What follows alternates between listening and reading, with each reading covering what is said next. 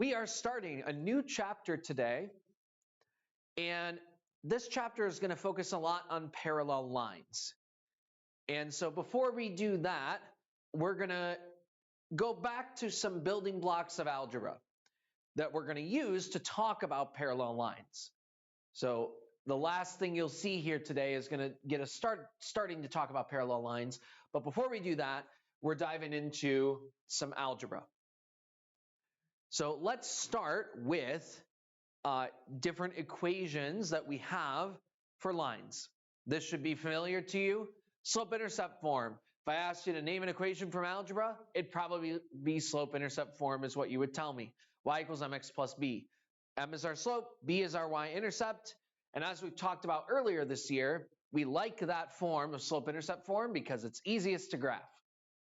It's nice and easy to start with our y-intercept, count through our slope, and then we have our line graphed. So it gives us some nice readable things to go off of, both in understanding what it tells me in an equation and in how we make our graph. Then we have standard form. Standard form is not used as much, but all different kinds of equations of different kinds of graphs other than lines are going to have a standard form. Lines also have a standard form. We're not going to see it as much because it's not as easy to graph. Then we have point slope form. That's the one that you may have forgotten about. So we're going to talk about it today. We're going to talk about how to build it. Now, point slope is even better. It's the easiest to write the equation because you don't even need to try and work out and solve for the y-intercept. You got a point, you got a slope, we can write the equation. We can write the point slope form.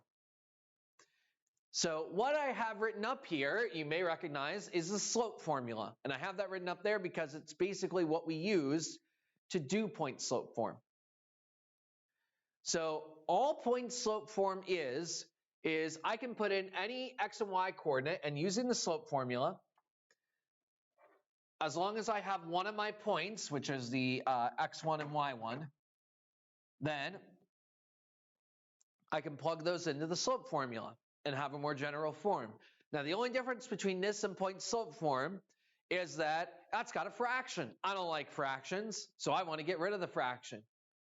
So remember that to get rid of fractions, a fraction is just another way of writing dividing. So if we want to get rid of a fraction, we can get rid of that dividing by multiplying. So let's multiply by that x minus x1, and that will get rid of our fraction. But we got to do it on the other side too. So what that's doing is that is canceling out the fraction, and that lets us, on the left side, fraction cancels, and we just have y minus y1, which is whatever our y coordinate is, equals our slope times the x minus x1 that we multiplied by on the right side. So the pieces that you're going to plug in are x and y coordinates of the point, and then m is our slope. So those are the three pieces that we need. We need the slope, and then we need x coordinate of the point, y coordinate of the point. And those are the pieces that you're going to plug in. Y minus your y coordinate equals the slope times x minus your x coordinate. So this is the way we're going to write equations. So here are the steps that I'm going to use. When I write equations, if I want slope-intercept form, then I'm going to use 3 steps. One is find the slope. Step 2, write the point slope form. Step 3, solve for y. Solving for y will put us in our slope-intercept form, in our y equals mx plus b. So find a space to write that down in your notes, these steps, because these steps are going to be the exact same when we go to talk about the parallel lines. We're going to find our slope. We're going to write the point slope form. We're going to solve for y. Right now, finding the slope just involves the slope formula. And then we write our point slope form, that y minus y coordinate equals the slope times x minus the x coordinate. And then it's relatively straightforward to take that equation and get y by itself. So let's take a look at an example here together. Write the equation of the line that passes through the points 0, 4, and 3, negative 2. All right, now that's going to be relatively straightforward because we have our 2 points, so let's write our slope.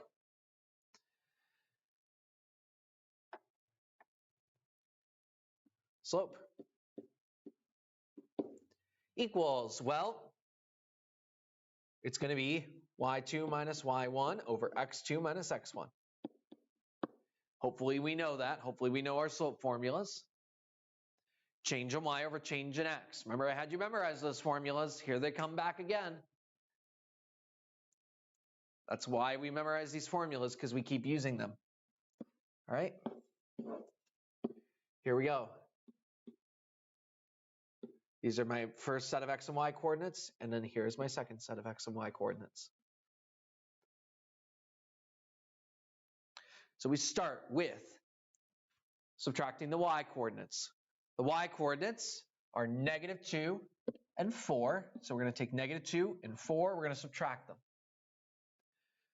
On the bottom, we're going to subtract the x coordinates. X coordinates are 3 and 0. We're going to subtract them. So negative 2 minus 4, that gets more negative. That's negative 6. 3 minus 0 is 3. So negative 6 divided by 3, that is negative 2.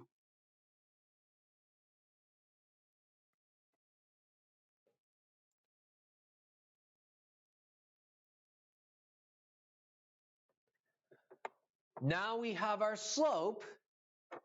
Our second step, our next step, is to write the point slope form. So we're going to write out our point slope form, and this is the part of it that doesn't change. Y minus the y coordinate equals the slope times x minus the x coordinate. It does not matter which point you choose. Both points should work. Why should both points work? Because they're both on the line. So if they're both on the line, then it shouldn't matter which point we should choose. Then let's choose this point right here. 3, negative 2, to let me point out a couple things. All right, so we have y minus our y coordinate. So using that point, the y coordinate is negative 2.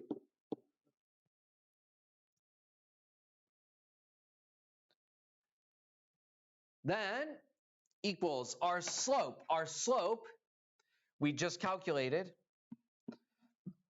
it's negative 2, times x minus our x coordinate. X coordinate at this point is 3.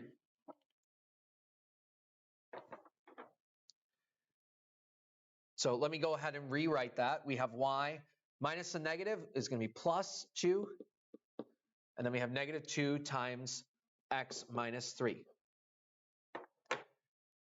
So then to write our slope-intercept form, we're just going to take that and we're going to solve for y. So let's distribute this.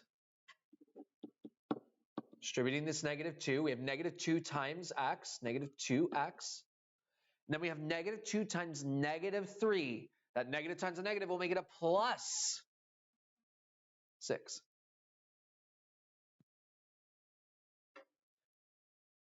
So then we've got one more place to go to getting y by itself. We've got a y plus 2 over there, so I need to get rid of that plus 2, and I get rid of that by subtracting to undo the adding. And I get y equals negative 2x plus 4. And that is my slope-intercept form with y by itself. So again, we calculated our slope using that slope formula we know. We wrote it in our point slope form. Y minus the y coordinate equals the slope times x minus the x coordinate. And then we solved it out for y.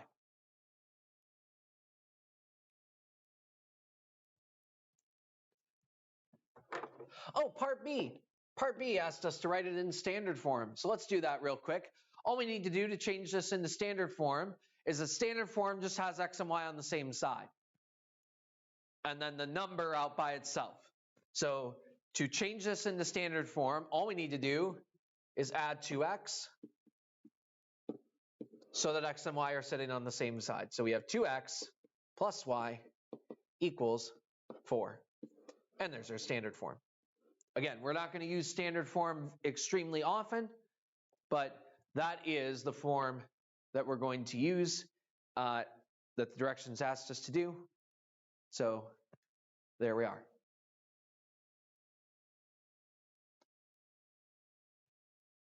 All right. Next problem.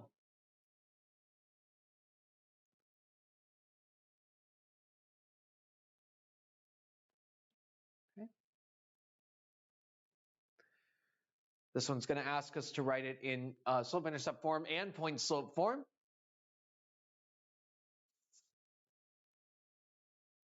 So this time,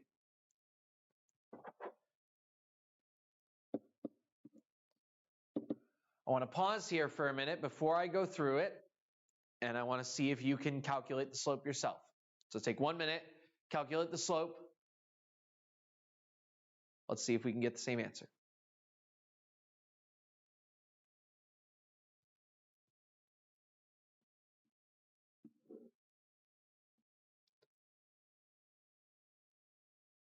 Change in y over change in x.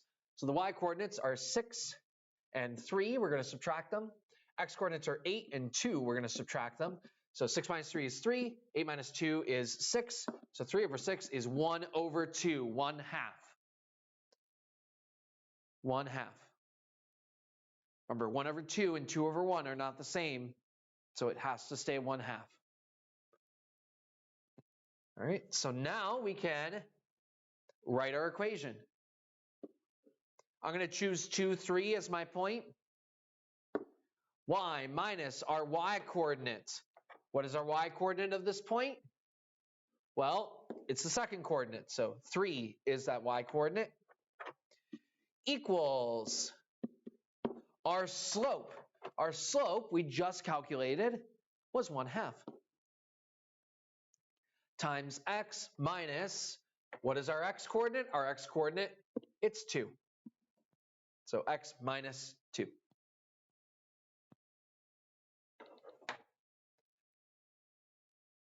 So here's our point slope form. So if we want the answer to part B, here it is.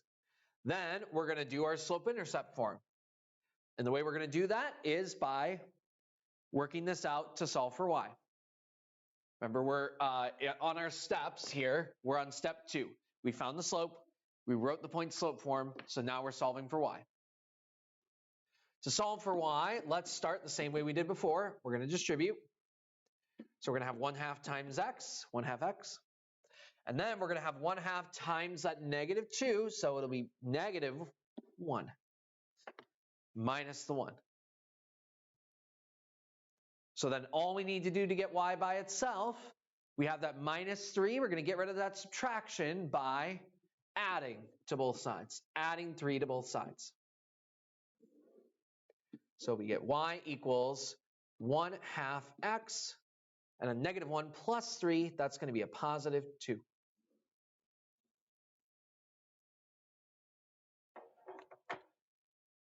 And that's our equation. Once again, the idea here is that we are going to start by getting our slope, calculating that slope. Then we are going to put it in point slope form. Then we're going to solve for y. That's our steps.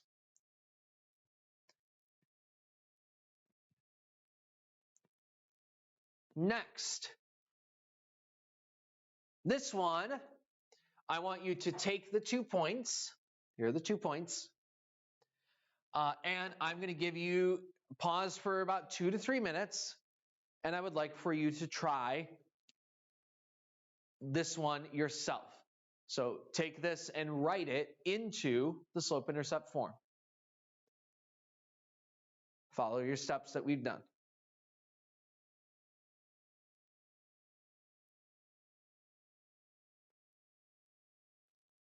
All right, let's take a look. Step one, I'm going to go through it quicker. Let's get the slope. Let's subtract our y coordinates. Our y coordinates on top here are 363 and 231. We're going to subtract them. Divided by our x coordinates are 5 and 2. We're going to subtract them.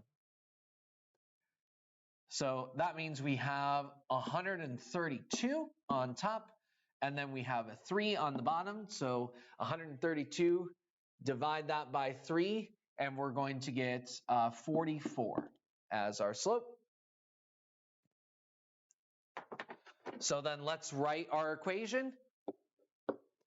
Remember, it doesn't matter which point we choose. In fact, I'm going to prove that in just a minute. So y minus our y coordinate. Our y coordinate is going to be, let's choose the first point here, the 231. 231 is our y coordinate, equals our slope. Our slope is 44 times x minus that x coordinate. What is our x coordinate? Our x coordinate is 2. So now let's solve for y. Same way, distributing. Y minus 231 equals 44 times x minus 44 times 2 is 88. So then we'll go ahead and add 231 to both sides. And we get y equals 44x. And then it will be plus, we're going to take the negative 88 plus the 231. And that gives us 143 for the y-intercept.